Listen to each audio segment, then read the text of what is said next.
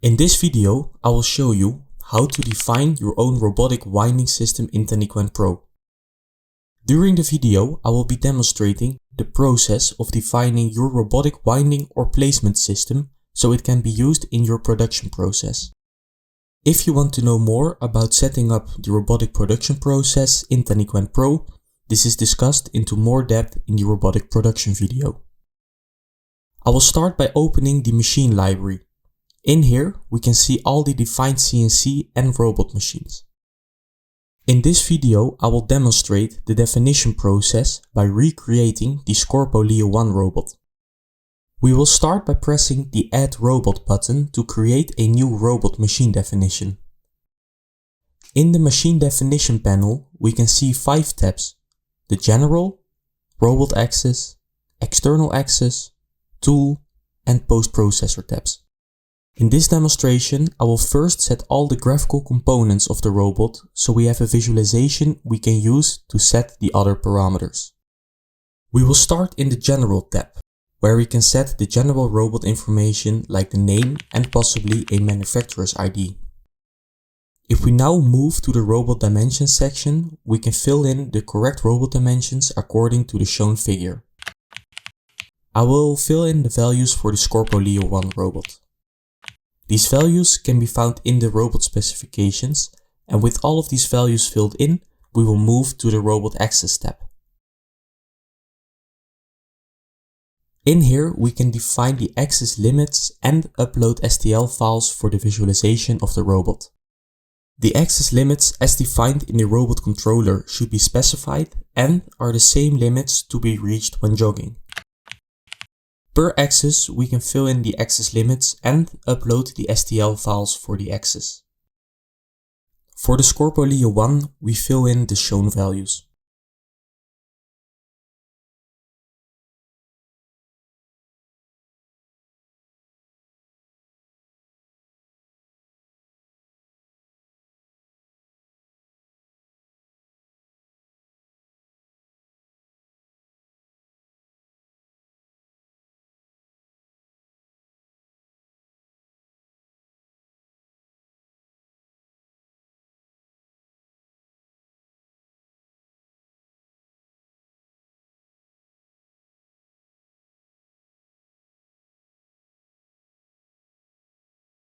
With the robot axis fully defined, we can move to the External Axis tab, where we can apply the track the robot is on.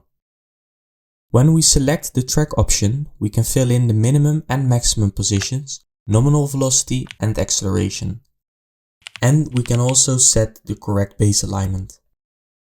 The base alignment gives the alignment axis in the world frame of the track. The track is considered to lay parallel to this axis.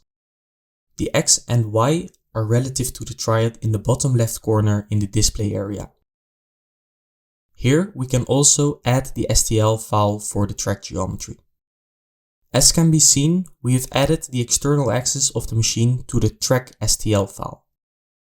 If you want to do this for a stationary robot, you could add the external axis geometry to the STL file for the robot base.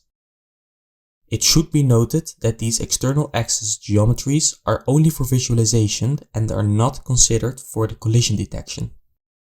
Now we can move on to defining the tool geometries in the Tool tab. In the Geometry section, we can upload an STL file of the tool in the Pretty Geometry field. This is the file that will be used for the simulation and the collision detection. At the bottom of the Payout Definition section, we can upload the payout geometry.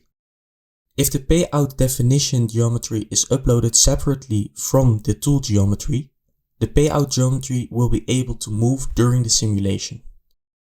On the composite tape tool of the Scorpo Leo 1 robot, using the payout geometry will enable the payout twist axis to be visualized during the simulation.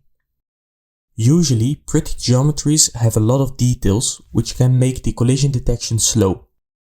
Therefore, we have the option to upload a simplified collision geometry in the specified field. If a collision geometry is loaded, it will be used for the collision detection. Now that all the geometries are loaded, we can use these to set the rest of the machine definition parameters. If we go back to the General tab, we can continue at the flange orientation section. The flange orientation is the correct angle around the Z-axis of the flange frame. For the Scorpo Leo 1 robot, the correction angle should be 180 degrees, but different robot brands use different values. The user frame position and orientation can be defined either with respect to the world frame or to the flange frame of the robot. If you would like to define the user frame with respect to the flange frame, the robot held checkbox should be ticked.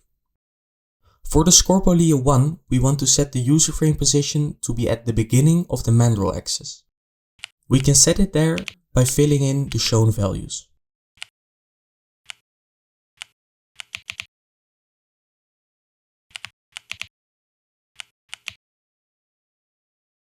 For the orientation, we can either use Euler angles or quaternions by ticking the Use Quaternions checkbox. For this demonstration, I will use the Euler angles and set them to x equals to 90 degrees, y equals to 0 degrees, and z equal to 180 degrees. In the TCP motion settings section, we can set the velocity and accelerations of both the TCP position and the TCP orientation. For the Scorpo Leo 1, the nominal velocity of the TCP position is 1000 mm per second, and the nominal acceleration of the TCP position is 4000 mm per second squared. The nominal reorientation velocity of the TCP is 180 degrees per second, and the nominal reorientation acceleration of the TCP is 720 degrees per second squared. In the machine parameters section, we can define custom parameters applicable to the whole machine. For the Scorpo Leo 1 robot, we have a tape tension parameter with a default value of 30, which is non-constant. And we have a suction power parameter with a default value of 50, which is also non-constant.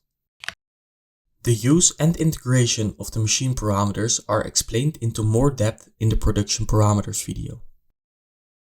Since we already defined all the axes in the Robot Axis tab, we can directly move to the Mandrel Axis tab. In the Mandrel Axis section, we can set the rotation direction of the mandrel axis and the nominal velocity and acceleration. For the Scorpo Leo 1 robot, the rotation direction should be set to be negative, and the velocity can be set to 360 degrees per second, and the acceleration can be set to around 57.3 degrees per second squared. In the Tool Twist and Tool Yaw sections, we can specify the optional rotational axis for the material payout. The twist axis is the rotational axis aligned with the x-axis of the user frame, while the yaw axis is the rotational axis aligned with the y-axis of the user frame. On the Composite Tape tool on the Scorpo Leo 1, there is a material payout twist axis which we'll now define. In the min and max position, we fill in the minimum and maximum axis position of the axis to be reached when jogging. For the Composite Tape tool on the Scorpo Leo 1, we have a minimum position of -90 degrees and a maximum position of 90 degrees. The resolution parameter defines the axis resolution and the direction with respect to the user frame. For the Composite Tape tool on the Scorpo Leo 1 robot, the resolution can be set to 1. For the velocity and acceleration, the nominal velocity and acceleration can be given as a positive value. For the Composite Tape tool on the Scorpo Leo 1 robot, these are 360 degrees per second and around 57.3 degrees per second squared. The eccentricity defines the length of the rotational arm of the axis. For the Composite Tape tool on the Scorpo Leo 1 robot, we can set the eccentricity to 0. With the external axis all set, the remaining parameters in the Tool tab can be set. In the TCP frame section, the TCP calibration as defined in the robot controller can be defined. The robot held checkbox at the top of the section is dependent of the robot held checkbox in the user frame section of the General tab. When the user frame is not robot held, the TCP is robot held. With a robot held tool, the TCP frame is defined to the flange frame. The position and orientation inputs are the same as used for defining the user frame. For the Composites tape tool on the Scorpio 1 TCP frame position values, we set the shown X, Y and Z values. For the orientation, we can again use quaternions or Euler angles. Here I will use Euler angles, where the X is equal to -90 degrees and the Y and Z angles are 0 degrees. In the payout definition section, we already set the payout geometry and now should still only properly set the material outlet properties. We can start by setting the material outlet type, which is a roller for the Composites tape tool on the Scorpio 1. The length and the radius of the roller are respectively 58 and 11.25 mm. For the material output position, we can specify the angular position around the rotational axis of the geometry from which the material should be output. With the flip output direction checkbox, the material output direction can be flipped. The visualization of the tape output will change accordingly. With the flip facing checkbox, the material facing direction can be flipped. This is indicated as an arrow on the visualized tape. The facing is defined to face outward when applied onto the mandrel and is used to determine the tool orientation during production computation. By clicking the checkbox, the visualized arrow will change accordingly. The Use Output Position as TCP checkbox can be ticked to define the TCP at the specified output position. If the checkbox is not checked, the TCP is defined at the center of the geometry. The tool parameters can be set in a similar way to the machine parameters. For this tool, we will add a non-constant laser power parameter with the default value of 40.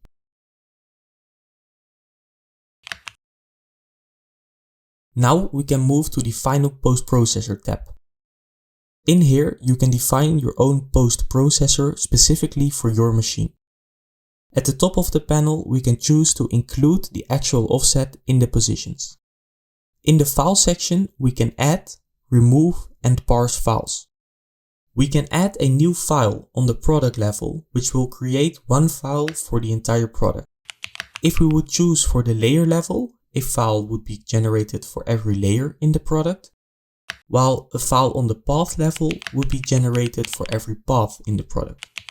If we select the file on the product layer, we can give it a name with an extension for a machine, like a MOD file for the Scorpio 1. In the code panel, we can now write the machine file syntax or the machine's post-processor. The text as specified in this panel will be written to the files. Any meta commands used in here will be evaluated at write time to be converted to the final text which is written to the file. The post-processor will therefore consist of hard-coded code required for your machine and meta commands to set the computed product-specific trajectories. TaniqWind Pro allows for the use of meta commands, which are certain variables, formatting settings, equations, and repetition tags. The list of allowed meta commands and their definitions are specified in the software manual, which can be found under the Help button in the Home tab of the software. If we open a post-processor in a text editor where the meta commands are highlighted, we can see how the variables, formatting settings are both shown in green and the repetition tags are shown in blue. In here, we can also see how these meta commands are combined with hard-coded machine code in white.